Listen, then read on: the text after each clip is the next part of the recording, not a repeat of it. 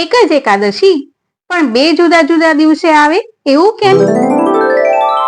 ઘણીવાર તિથિ વૃદ્ધિ કે ક્ષયને કારણે સળંગ બે દિવસ એકાદશીની તિથિ રહે છે, જેમાંથી એક એકાદશી સ્માર્ત એકાદશી ગણાય છે, જ્યારે બીજી એકાદશી વૈષ્ણવ ગણાય છે.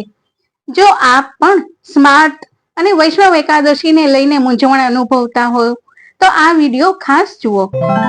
હિન્દુ શાસ્ત્રોના આધારે આ બંને એકાદશી વચ્ચેનો ભેદ આ વિડીયોમાં સમજાવવામાં આવ્યો છે.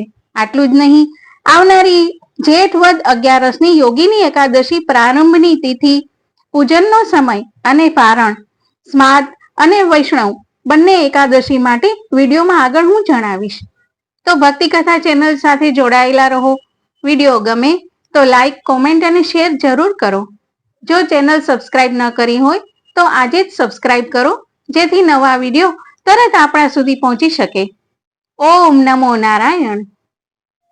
સ્વાગત છે આપ સૌનું ભક્તિ કથા ચેનલમાં. આજે આપણે એક એવા વિષયની ચર્ચા કરીશું જેના વિશે અનેક લોકોને મનમાં પ્રશ્ન થાય છે કે જ્યારે સ્માર્ત અને વૈષ્ણવ અથવા ભાગવત એકાદશી અલગ અલગ દિવસે આવે ત્યારે વ્રત કયા દિવસે કરવું? સૌ પ્રથમ એકાદશીનું મહત્વ જાણીએ. પદ્મ પુરાણ, સ્કંદ પુરાણ કે ભવિષ્યોત્તર પુરાણ જેવા ગ્રંથોમાં એકાદશી તિથિને ભગવાન શ્રી વિષ્ણુની અત્યંત પ્રિય તિથિ તરીકે વર્ણવવામાં આવી છે.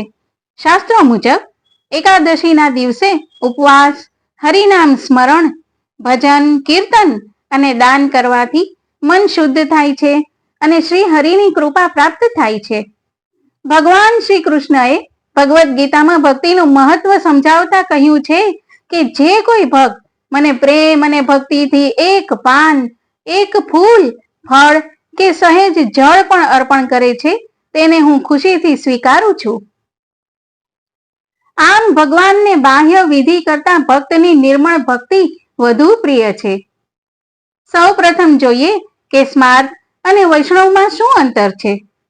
સ્માર્તનો અર્થ છે જે લોકો પંચાયતન દેવતાઓ જેમ કે શ્રી હરિ વિષ્ણુ, ભગવાન શિવ, શક્તિ, શ્રી ગણેશ અને સૂર્યની ઉપાસના કરે છે.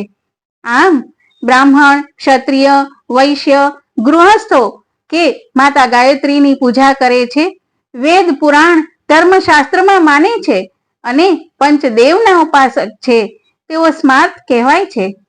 જ્યારે વાસુદેવ શ્રી કૃષ્ણ અથવા શ્રી હરિ વિષ્ણુને જે લોકો પૂજે છે, જેઓએ ગુરુ ધારણ કરેલા છે, તેઓ વૈષ્ણવ કહેવાય છે. આમ સાધુ, સંન્યાસી, વિષ્ણુ ઉપાસકને શાસ્ત્રમાં વૈષ્ણવ કહેવાયા છે. હવે પ્રશ્ન એ થાય કે સ્માર્ત અને વૈષ્ણવ એમ બે એકાદશી કેમ આવે? તેનું મુખ્ય કારણ છે તિથિની ગણતરી અને અરુણોદયનો સમય. સ્માર્ત પરંપરામાં સૂર્યોદય સમયે એકાદશી તિથિ હોય તો તે દિવસે વ્રત કરવામાં આવે છે, જ્યારે વૈષ્ણવ પરંપરામાં સૂર્યોદયની લગભગ 96 મિનિટ પહેલા સુધી દશમીનો સ્પર્શ ન હોવો જોઈએ. જો આમ હોય તો વૈષ્ણવો બીજા દિવસે એકાદશીનું પાલન કરે છે. આથી ક્યારેક એકાદશી બે અલગ અલગ તારીખે આવતી હોય છે. આમ પરંપરા, પંચાંગ કે પૂજારીના માર્ગદર્શન મુજબ એકાદશીનું વ્રત કરવું યોગ્ય છે. પરંતુ સૌથી મહત્વની વાત એ છે કે શ્રી હરિને આપણી ભક્તિ, શ્રદ્ધા, દયા, સદાચાર વધુ પ્રિય છે. સાચી એકાદશી એ છે જે આપણા જીવનમાં ભક્તિ, દયા અને ધર્મને વધારે છે. જેઠ વદ 11 એ યોગીની એકાદશી કહેવાય છે. યોગીની એકાદશી તિથિનો પ્રારંભ 10 જુલાઈએ સવારે 8:16 થશે અને તેની સમાપ્તિ 11 જુલાઈ સવારે 5:23 થશે. આમ બંને દિવસે એકાદશી તિથિ સૂર્યોદય સમયે આવતી નથી. આ સંજોગોમાં સ્માર્ત સંપ્રદાયની કે સાંસારીઓ માટેની વ્રતની એકાદશીની તારીખ 10 જુલાઈએ રાખવામાં આવશે અને તેના પારણ 11 જુલાઈ બપોરે 1:50 થી 4:37 વચ્ચેના સમયગાળા દરમિયાન કરવામાં આવશે. વૈષ્ણવ એકાદશી અથવા ભાગવત એકાદશીનું વ્રત 11 જુલાઈના રોજ રાખવામાં આવશે. આ તિથિ દ્વાદશી યુક્ત તિથિ છે જે ઘણી જ શુભ મનાય છે. તેનું પારણ 12 જુલાઈએ વહેલી સવારે 5:32 થી 8:18 સુધી ના સમયગાળા દરમિયાન કરવામાં આવશે. એકાદશીના દિવસે સવારે વહેલા ઉઠી સ્નાન કર્યા બાદ ભગવાન વિષ્ણુ સમક્ષ વ્રતનો સંકલ્પ લેવો. ભગવાન વિષ્ણુ અને માતા લક્ષ્મીની મૂર્તિ અથવા ફોટો સ્થાપિત કરી તેમને પીળા ફૂલ, પીળા વસ્ત્રો, ફળ અને નૈવેદ્ય અર્પણ કરી તેમની પૂજા કરવી.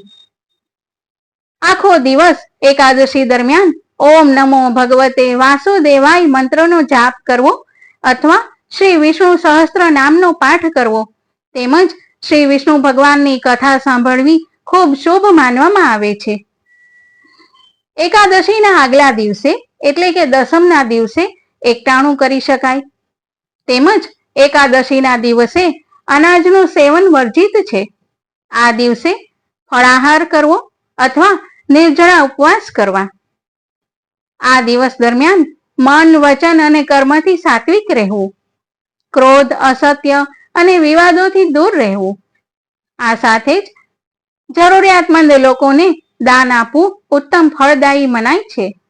એકાદશીનું નિયમિત પાલન જન્મ મૃત્યુના ચક્રમાંથી મુક્તિ અપાવે છે. ઓમ નમો નારાયણ.